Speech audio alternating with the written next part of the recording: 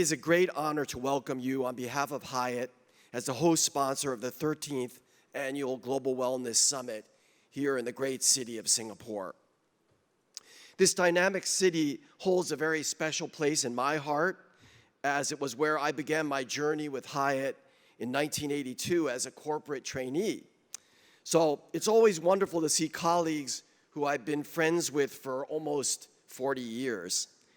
The only not so great thing about this is that they watched me age over that same period. And they can't help every time I come here to remind me about it. Normally, I get kind of a range of comments including, "Wow, David, what happened to you? You look so prosperous now." Now, prosperous sounds like a compliment, but this is also a code word for overweight. Or, "Hey, what happened to your hair? Now you botak." For those of you that don't know, botak means bald in Malay. Anyway, returning to this hotel is always joyful, but not necessarily so good for my ego. Anyway, I may no longer have my boyish looks, but I think that I'm still young at heart, so that's good. Thank you. Thank you.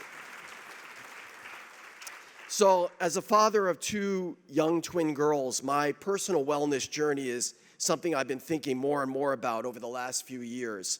In this regard, we are extremely fortunate that Mia Kirikos, a true pioneer in the wellness industry, is our global head of well-being at Hyatt.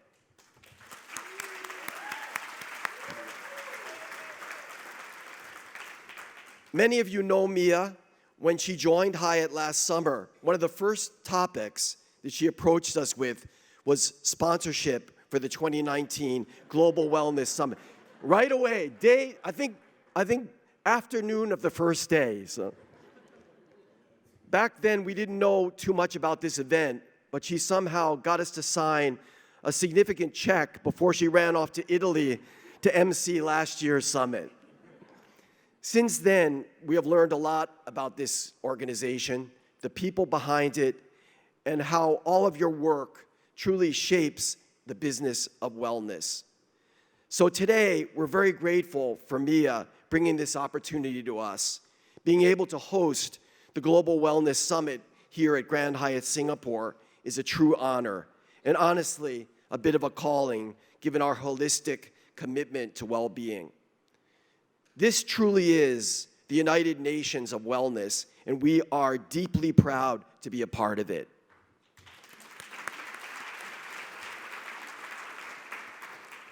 I also want to thank an old friend of mine. We worked together first in 1984 here in this hotel, Mr. Willie Martin, General Manager of Grand Hyatt Singapore and Area Vice President for Southeast Asia, and all his colleagues for the excellent care this week. Thank you. Some of you met Willie at last night's welcome reception, and I know that his team is thrilled to have you all here and to host this very special event.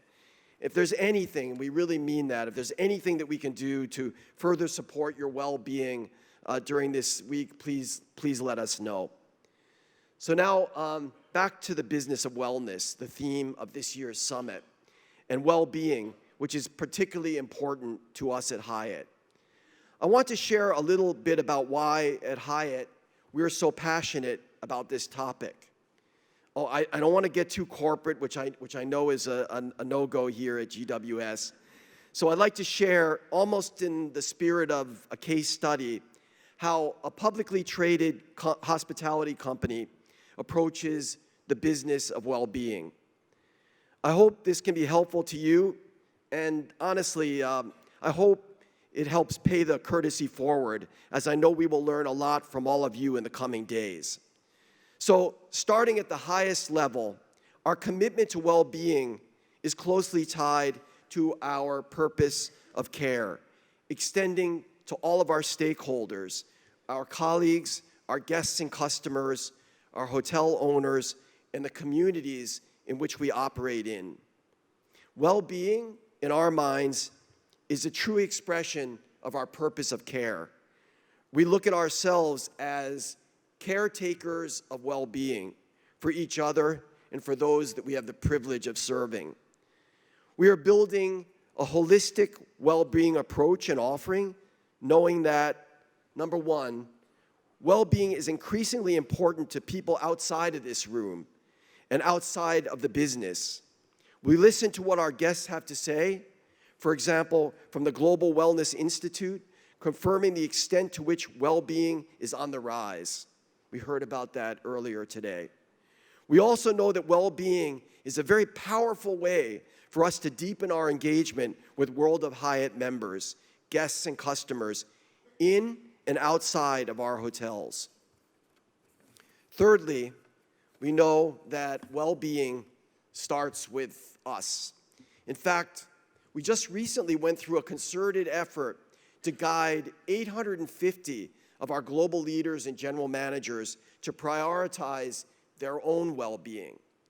So, as you can see, to us, it's less about products and services that we offer and more about making well-being a true part of our DNA. If you think about our purpose of care, well-being really becomes a calling that we have to realize together.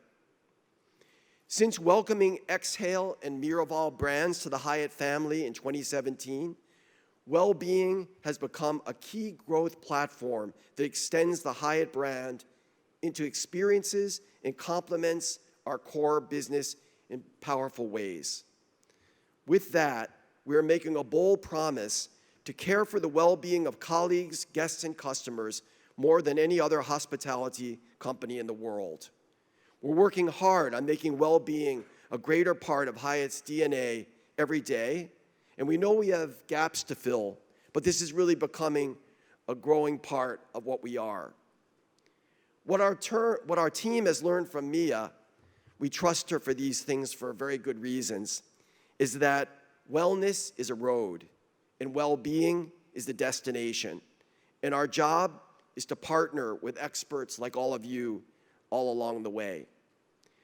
Well, anyway, I'm excited to dive into this and travel a piece of the road together with all of you in the coming days. Thank you once again for trusting us and having faith in us to host the 13th Annual Global Wellness Summit. On behalf of all of us at Hyatt, we hope that you have a wonderful time and be well. Thank you very much.